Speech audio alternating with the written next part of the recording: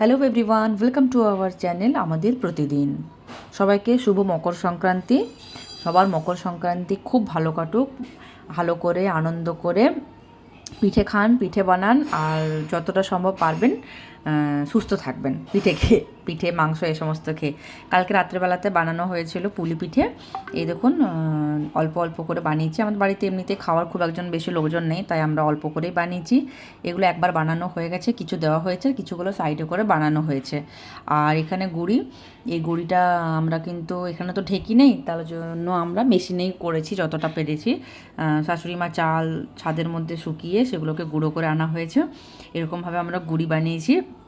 নারকেলের একটুখানি পুর বানানো হয়েছিল, নারকেলের খোয়া মিক্সড করে করেছিলাম, আলাদা করে আর করিনি, একটাই পুর বানিয়েছিলাম। তিল যেহেতু খুব একটা পছন্দ করে না কেউ, তাই জন্য আর তিলের পুর বানানো হয়নি। নারকেলের পুরের ভিডিওটা আমি এর আগেও একবার আপনাদের সাথে শেয়ার করেছিলাম। এরকমভাবে সবাই বানান, তাও আমি কীরকমভাবে বানিয়েছি সেটা আপনাদের সাথে শেয়ার করে নিয়েছি। আগে একটুখানি শুকনো খলের মধ্যে ভেজে নিয়েছি নারকেলের কোড়াটাকে, তারপরে গুড় দিয়েছি। আপনাদের কাছে যে গুড়টা অ্যাভেলেবেল থাকবে সেটাই দেবেন। আমার এখানে খেজুর গুড় ছিল, তাই জন্য আমি খেজুর গুড় দিয়েছি। আর টেস্টটা ভীষণই সুন্দর হয়েছিল। এটা অনেক পুরনো গুড়, আমার মনে হয় গুড় যত পুরনো হয় টেস্ট কিন্তু ততই ভালো হয়। খোয়াটাকেও এখানে মিক্স করে দেওয়া হয়েছে। এবার ভালো করে হাতের সাহায্যে জিনিসগুলোকে, যেগুলো শক্ত হয়েছিল ফ্রিজে যেহেতু রাখা ছিল সেই জন্য বেশি শক্ত হয়েছে, সেগুলো মানে নরম করে নিতে হবে। আর লাস্ট হচ্ছে এটা, এই পুর বানানো হয়েছিল, পরে আবারও পুর বানানো হয়েছে, কারণ অনেক রকমের পিঠে বানানো হয়েছে। আর এটা একটা পিঠে। এখানে জলটা গরম করে, জলে নুন স্বাদ মতো দিয়ে গরম জলের মধ্যে কিন্তু গুঁড়িটাকে দিয়ে দিতে হবে। আর দেওয়ার পরে সঙ্গে সঙ্গে এরকমভাবে নাড়াতে হবে যতক্ষণ পর্যন্ত ওই লাম্পসগুলো একদম যেন মিলে যায়। লাম্পস থাকলেও অসুবিধা হবে। এরকমভাবে যতটা জল আছে সেই অনুপাতে কিন্তু গুঁড়িটাকে দিয়ে দিয়ে দিয়ে দিয়ে একটা ডো মতন বানাতে হবে। আমরা যেরকম পুলি পিঠেতে বানাই শক্ত ডো, এটা কিন্তু শক্ত ডো হবে না, এটা বেশ নরম ডোই হবে।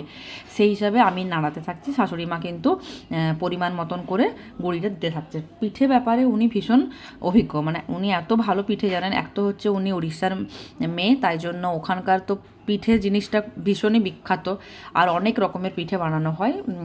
সেই হিসাবে উনি পিঠে খুব ভালো বানান। ওনার যে মা, মানে আমার যে দিদা শাশুড়ি, উনিও কিন্তু খুব ভালো পিঠে বানাতেন। আমি গল্প শুনেছি অনেক রকমেরই পিঠে বানানোর। আর উনিও চেষ্টা করেন আমাকে কিছু কিছু শেখাতে। এখন বয়স হয়ে গেছে, তাই খুব একটা বেশি উনি পারেন না, যতটা পারেন আমাকে শেখানোর চেষ্টা করেন। আমিও চেষ্টা করে শিখে রাখি, তাহলে পরে আমরা খেতে পারবো বানিয়ে। তো এরকম হয়ে গেছে। এই রকম গরম থাকা অবস্থাকেই কিন্তু এটাকে এরকম নাড়িয়ে নাড়িয়ে ওটাকে মেখে নিতে হবে। একবার ঢাকা দিয়ে সেদ্ধ করে দেওয়া হয়। আর এই গরম অবস্থায় এরকম নরম নরম যে ডোটা থাকবে এখানটাতে ভেতরে পুর দিতে হবে।